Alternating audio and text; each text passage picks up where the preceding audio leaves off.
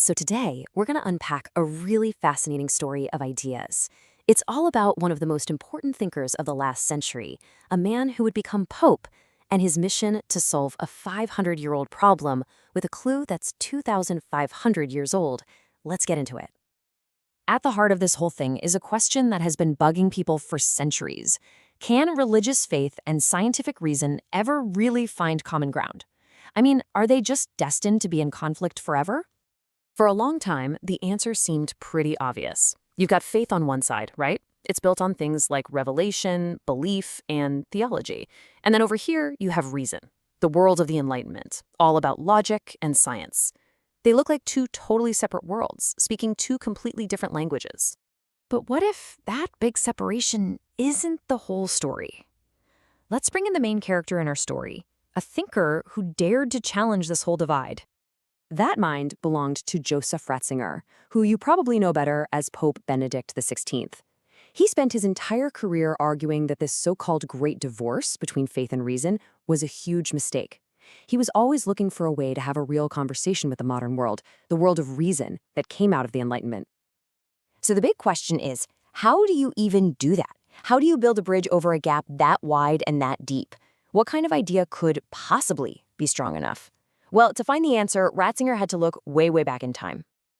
And this is where our story takes a really cool turn. We're heading into the ancient world, all in search of one single, powerful concept. We're going all the way back to ancient Greece, around 500 BC. There's this philosopher, Heraclitus, who starts talking about an idea. This idea gets picked up by the Stoics, and then hundreds of years later, it shows up in one of the most important texts in Christianity. And that idea has a name: Logos.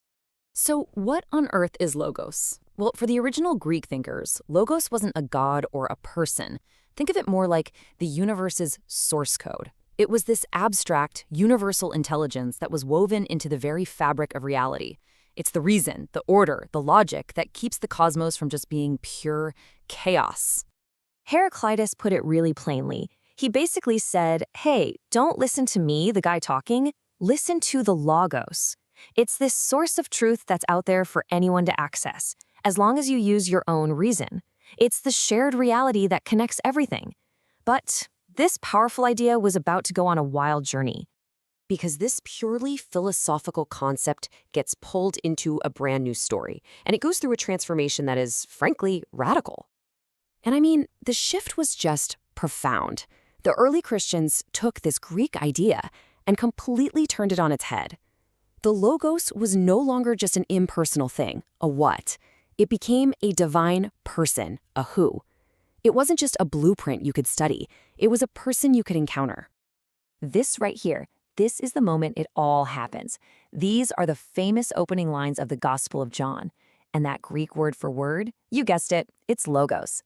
The author is making a mind-blowing connection. He's saying that the ultimate reason and order that the Greek philosophers were looking for, that was with God from the very beginning.